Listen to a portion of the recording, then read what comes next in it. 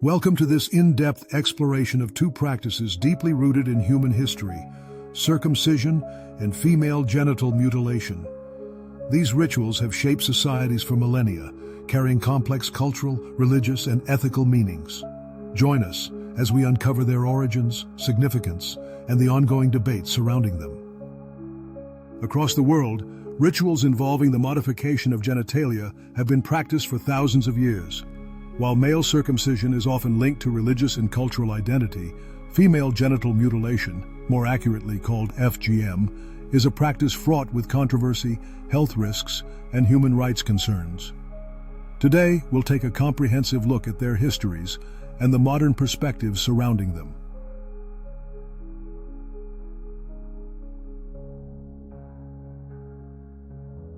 Our story begins in prehistoric Africa and the Middle East, where evidence suggests that circumcision originated as a cultural or religious rite. The earliest archaeological signs are found in ancient Egypt, over 4,000 years ago. Depictions in tomb art show ceremonial circumcisions, possibly linked to religious beliefs or social status. For Judaism, circumcision became a divine covenant. Around 2000 BCE, God commanded Abraham to circumcise himself and his descendants, a ritual called Brit Milah. This promise symbolized their special relationship with God and has continued as a central religious act performed on every Jewish male child, typically on day 8 of life. In Islam, circumcision is regarded as a tradition of the Prophet Muhammad, an act of spiritual purity and hygiene. Though not mandatory in the Quran, it is widely practiced and considered a sunnah, observed in many Muslim communities since the 7th century CE. Throughout history, many other cultures adopted circumcision for various reasons. In some African tribes and Pacific islands, it marked rites of passage or social integration. In ancient Greece and Rome, views varied. Greeks often looked upon the practice with suspicion or disdain, while some communities continued their own rituals.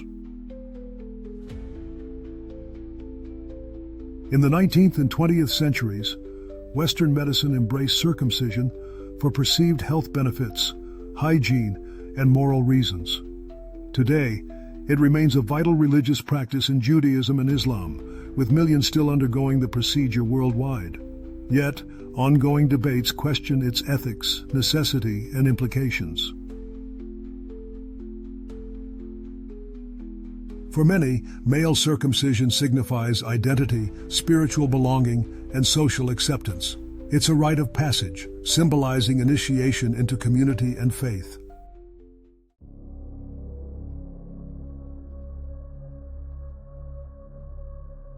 Female genital mutilation, or FGM, also has ancient roots.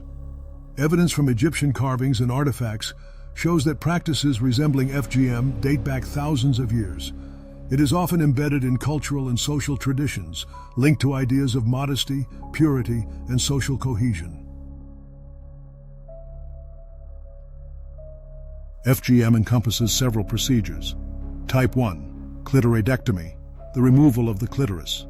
Type 2, excision, removal of the clitoris and labia minora. Type 3, infibulation, narrowing of the vaginal opening by cutting and sewing parts together. Type 4, other harmful procedures like pricking, cauterization, or scraping. Practiced primarily in parts of Africa, the Middle East, and Asia, FGM is often considered a rite of passage into womanhood, a means to ensure modesty or to uphold social norms.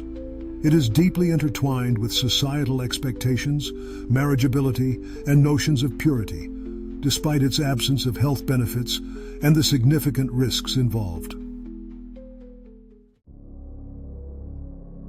FGM causes severe health consequences: pain, infections, childbirth complications, psychological trauma, and even death. It's internationally recognized as a violation of human rights. Despite ongoing campaigns, the practice persists in many communities, driven by strong cultural traditions. Many countries have enacted laws criminalizing FGM, but enforcement remains a challenge in regions where cultural ties are deeply rooted. International organizations such as the WHO and UNICEF continue efforts to educate, eradicate, and protect girls and women from harm. The issue raises profound ethical questions, balancing respect for cultural traditions with the imperative to protect human rights and promote health. While male circumcision is widely accepted and even promoted for health, FGM's harmful impacts have led to a global consensus against it. Both practices are complex, deeply embedded in cultural histories. Moving forward demands respectful dialogue, education, and legal action to uphold human dignity and health worldwide. Understanding their histories helps us build informed, compassionate responses. Thank you for joining us in exploring this critical chapter of human history. Let's continue to learn, stand against harm, and promote respectful cultural understanding.